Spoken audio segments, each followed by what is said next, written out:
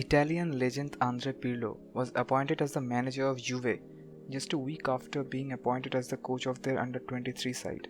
The club sacked Maurizio Sarri as he failed to secure a quarter-final spot in the ongoing UEFA Champions League against Lyon. As Pirlo has no prior coaching experience, it was a bit shocking that he became the Bianconeri's next manager ahead of Pochettino, who was rumored to be the next manager of the team. When Pirlo gave his first press conference as Juve's manager, he said, "I want to bring back the enthusiasm, the purpose, and play proactive football with great mastery of the game. I told the boys two things. You always have to keep the ball, and when you lose it, you must get it back quickly." So in this video, we will talk about what we can expect from Pirlo, his managerial approach, and how he can solve the severe issues Juve was facing as a team.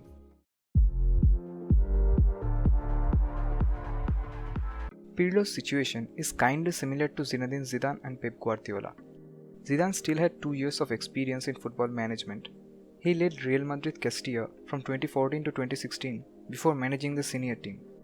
And on the other hand, Guardiola coached the second-tier Barcelona side before stepping up and winning the Champions League with the first team.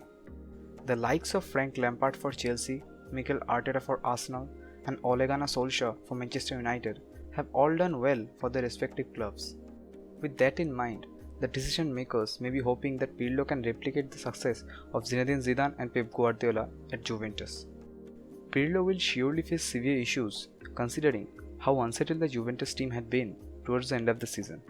Having won the Scudetto with the lowest points in 9 years, the Bianconeri were beaten on multiple occasions and lacking the qualities shared by the top European sides. The average age of Bianconeri's side is 29.6, which is the oldest in Italian football. Pirlo needs to cut down the age factor as it can weigh the team down in European competitions. In attack, Juventus has Cristiano Ronaldo and Serie A's MVP Paulo Dybala. Dejan Kulusevski also arrived from Parma this season. However, they are in dire need of a centre forward who can not only score 20 goals in a season but also can link up with Dybala and Ronaldo. When Pirlo was asked about Higuain, he said, "I have spoken with Gonzalo. He is a world-class player, but we have decided it's time for us to go on our separate ways." Juventus has one of the best young centre defender, Matthijs de Ligt, who is yet to fulfill his potential. Merih Demiral is also a great player who is the pride of Turkey's defense. The young Argentine Christian Romero has also joined Juve from Genoa this season. This shows that Juve has potential at their back. They also have experience in the form of Giorgio Chiellini and Bonucci. Between the sticks, they have Wojciech Szczesny, who is a dependable goalkeeper and made crucial saves to win them multiple matches this season. However, Juve's main concern arises in the fullback and midfield domain. The Serie A champions conceded more than 40 goals this season. If Pirlo could sign a couple of fullbacks with some more attacking drive and defensive stability, Juve can turn around as a team.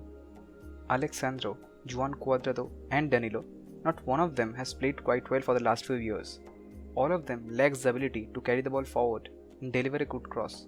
And when it comes to the midfield, Adrien Rabiot did show some improvement towards the end of the season. Arthur has joined from Barcelona, and US men's international Weston McKennie has also signed for the club a couple of hours earlier. Rodrigo Bentancur can also be a useful player, while Juventus are looking to offload Aaron Ramsey and Khedira. Pirlo mentioned, "Arthur is a quality player who can fill multiple roles and will be very useful throughout the season. And Weston McKennie is a powerful midfielder who can retrieve and intercept the ball higher up the pitch, something Juve was lacking of." Pirlo really needs a balanced midfield that will not only help transport the ball to the likes of Cristiano Ronaldo, but also reduce the pressure on the defense. The decision of sacking Maurizio Sarri had been probably taken earlier, while Juventus Champions League exit being the final push. Since Juve lost the Champions League final to Real Madrid in 2017, things have been looking a little stale at the club. Despite the signing of one of the best attackers in the world, Cristiano Ronaldo, Allegri's team failed to play attractive football. Maurizio Sarri was appointed to fix the situation, but rather it became bad to worse. The Italian tactician failed to understand the Juve's system and struggled to unlock the true potential of the players. Now on the other hand, Pirlo is a fan favorite and one of the most decorated players who have played for Juve. Andrea Agnelli, the Bianconeri's president, will be hoping that the gamble pays off just like it did with Antonio Conte in 2011. Pirlo was a great player who who had the vision and intelligence to lead the team on the pitch. The former Juve player understands what it takes to be successful at the club, and his experience could help him to win the Champions League. He is well versed in Juventus mentality, and very few know the club's system better than him. Both Zidane and Pirlo are generally quiet and thoughtful individuals who believe in leading by example. Both are confident in their abilities and have a tactical eye. Like Zidane, Pirlo is calm and has worked under some of the best coaches in football. Pirlo understands Italian football and Juventus like few others do. As a former player, he is more likely to understand the players and communicate in a way that Sarri didn't. During his time at Juventus as a player, Pirlo was known as a professor for his quality to understand tactics better than anybody. He also impressed the Juve directors with his vision for the club during the meetings.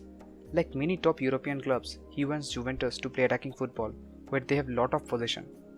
Pirlo envisions the team dominating games and finishing them off. However, he is not willing to sacrifice defensive solidity for attractive attacking play. He believes that the matches are won at the back. Pirlo's preferred system is the classic 4-3-3, but he is open to changes in the system and working with the characteristics of available players, as opposed to Sarri, who was very rigid in his approach. The new manager is a self-confident guy, and he believes that Juventus should always be winning games. His charisma and vision would hopefully change Juventus after a rather disappointing campaign by their own standards. Success at Juventus effectively means winning the Champions League.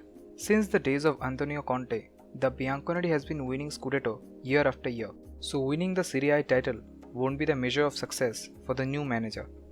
Pirlo's legacy at Juventus as a manager will ultimately be defined by whether he can deliver the UEFA Champions League trophy to the old lady. We think Pirlo has what it takes to be the manager of this Juve team.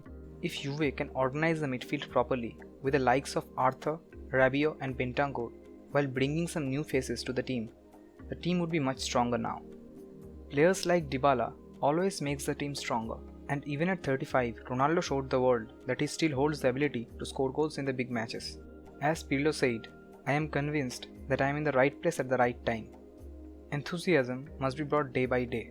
We need to talk to the players, make them participate in training, and make the players understand what we want. And Juventus always has one goal: to win games. Well, that's all for now. What do you guys think? Can Pirlo be the one who gives the Bianconeri their precious Champions League, or he'll be another flop as a player turned manager? Well, if you like this video, please give it a thumbs up and subscribe to our channel. And if you guys have any kind of constructive criticism about our videos, we are more than happy to hear it from you. Thanks for watching. Have a great day.